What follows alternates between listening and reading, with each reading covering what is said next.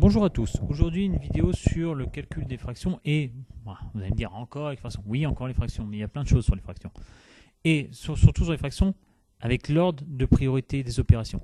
Donc il y avoir un mélange, calcul fractions, priorité des opérations. Par exemple, vous en avez un petit exemple juste derrière moi.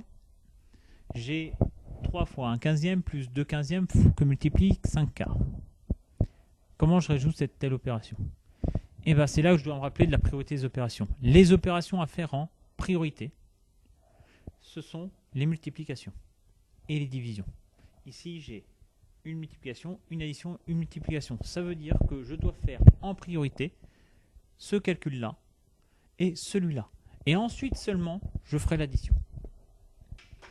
Alors, je regarde le premier, on me dit c'est 3 fois 1 quinzième. Bon, ça c'est simple. Quand vous avez un nombre entier qui multiplie une fraction, je multiplie juste les deux nombres en haut. Ici, je vais avoir 3 sur 15.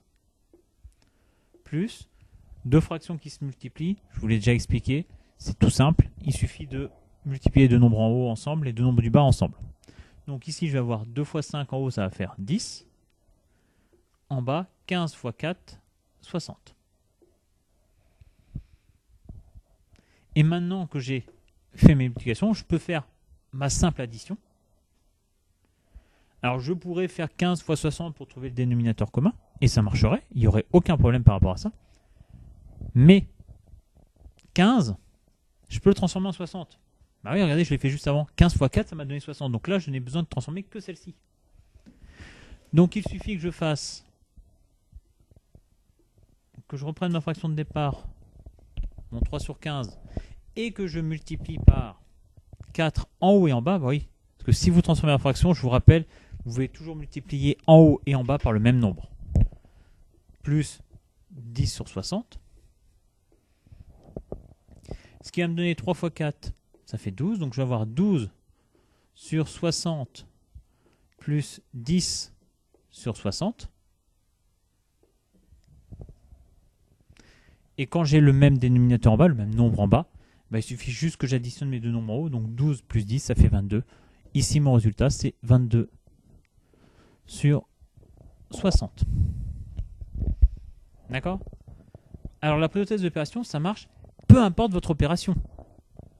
Un autre exemple.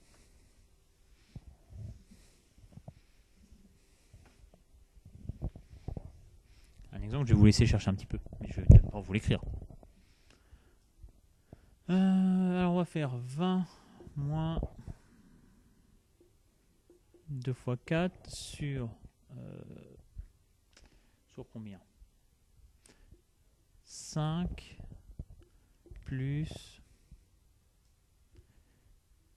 6 fois 1,5. Alors, mettez en pause le temps que vous cherchiez un petit peu de votre côté. Moi, je enchaîne directement avec la correction. Alors, ici, comme je vous dis, la priorité, ce sont les multiplications-divisions. Bah, j'ai une multiplication ici, j'ai une multiplication ici. Je fais déjà ces calculs-là en priorité. Donc là, je vais avoir, donc en haut, ça va me donner 20 moins 2 fois 4, ça fait 8. Et en bas, je vais avoir 5 plus 6 fois 1,5, 9. Maintenant que j'ai fait mes multiplications, eh ben, j'ai plus qu'à faire mes additions, soustractions. 20 moins 8, 12. 5 plus 9, 14. 12 sur 14. Fraction qu'on pourrait simplifier, oui. Il se trouve que là, j'ai deux nombres pairs. Donc on pourrait trouver que ça fait 6 sur 7. J'ai simplifié par 2 parce que mes deux nombres étaient pairs. Vous voyez? Même chose, j'ai repéré mes multiplications, j'ai fait les calculs, etc. La seule exception, il y a une exception, mais que vous connaissez déjà, qui fait que vous n'allez pas faire forcément multiplication et division d'abord, c'est quand il y a un outil particulier dans votre calcul qui s'appelle, je suis sûr qu'il y en a qui le savent, qui l'ont déjà pensé avant même que je vais le dire, qui s'appelle les parenthèses. Oui, parce que les parenthèses prioritisent sur tout ce que vous pouvez avoir. Exemple, je pourrais vous faire 2 septièmes plus 1 cinquième multiplié par 3 moins 1 tiers. pareil, je vous conseille là de mettre en pause, d'essayer vous-même de votre côté, et car moi je vais enchaîner directement avec la correction. D'accord? Donc mettez en pause si vous voulez chercher, je vous le conseille personnellement. Alors, voilà, j'ai une addition, pas de souci, multiplication, et non. En théorie, je devrais faire une multiplication en premier. Sauf que, comme je vous l'ai dit, vu qu'il y a des parenthèses, c'est-à-dire que c'est le calcul dans les parenthèses que je fais d'abord. Donc c'est-à-dire qu'il faut que je fasse 3 moins 1 tiers.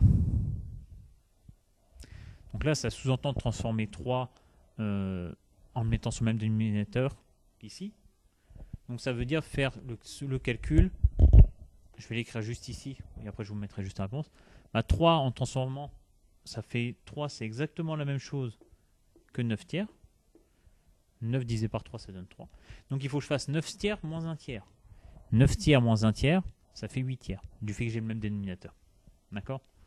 Là, je vais un peu vite, mais parce que c'est un calcul de base, c'est quelque chose que j'ai déjà expliqué dans une vidéo précédente.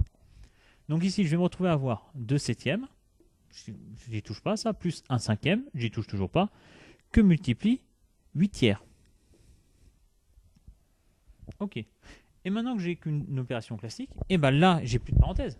Donc je reprends ce que je vous ai dit tout à l'heure. Le calcul prioritaire dans ce cas-là, c'est ma multiplication. C'est donc ce calcul-là à faire en premier. Donc ça va me donner 2 septièmes. Normal, je n'y touche toujours pas, celui-là. Plus. Et là, j'ai fait 1 cinquième fois 8 tiers. Et pour, encore une fois, je l'ai déjà dit dans plein d'autres vidéos, il suffit de multiplier les deux nombres du haut entre eux, les deux nombres du bas entre eux. Donc, 1 fois 8, 8. 5 fois 3, 15. Donc, il ne me reste plus qu'après à faire 2 septièmes plus 8 quinzièmes. Pardon. Et donc ça, hop, alors attention, je vais effacer pour pouvoir faire la suite. Donc j'ai 2 septièmes plus 8 quinzièmes. Et bien là, le but, c'est de le mettre sur le même dénominateur. Et je le rappelle, pareil, je l'ai expliqué dans une vidéo précédente, mais on va le redire là. Ça permet de faire un rappel. Ça fait jamais de mal. Je vais multiplier mes deux dénominateurs entre eux pour trouver sur quel dénominateur mettre mes deux fractions. Donc je fais 7 fois 15. 7 fois 15, ça fait 105. Ça veut dire que toutes mes fractions, je vais les mettre sur 105. Donc là, mes deux fractions. Donc je vais avoir 2 sur 7 plus 8 sur 15. Comment je fais pour savoir par quel nombre je multiplie 7 pour obtenir 105? C'est simple, je l'ai fait là. J'ai multiplié par 15, donc c'est-à-dire que ici je vais multiplier par 15 en bas. Et je multiplie également par 15 en haut. Par combien je dois multiplier 15 pour trouver 105? La réponse est là, par 7. Donc fois 7 en bas, fois 7 en haut. Et comme je vous l'ai dit dans une vidéo précédente, si vous arrivez à faire ça, vous avez fait le plus compliqué. Là après, il suffit de faire le calcul. Donc 2 fois 15, ça fait 30 sur 105. Plus 8 fois 7. C'est sûr que si vous ne connaissez pas vos tables, heureusement qu'il y a la calculatrice qui peut vous aider dans ces cas-là. Ça fait 56 sur 105. J'ai le même dénominateur, donc il ne me reste plus qu'à faire 30 plus 56 sur 105. Ça fait 86 sur 105. Voilà, terminé. Vous voyez, c'est pas très très compliqué. Vous n'êtes pas à l'aise, vous voulez un dernier exemple? Allez, je suis gentil, je suis généreux aujourd'hui, je vous en fais un petit dernier.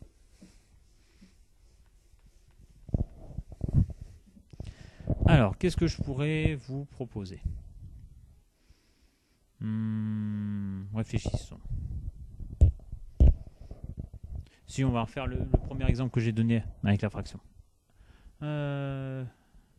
10 plus 2 fois 3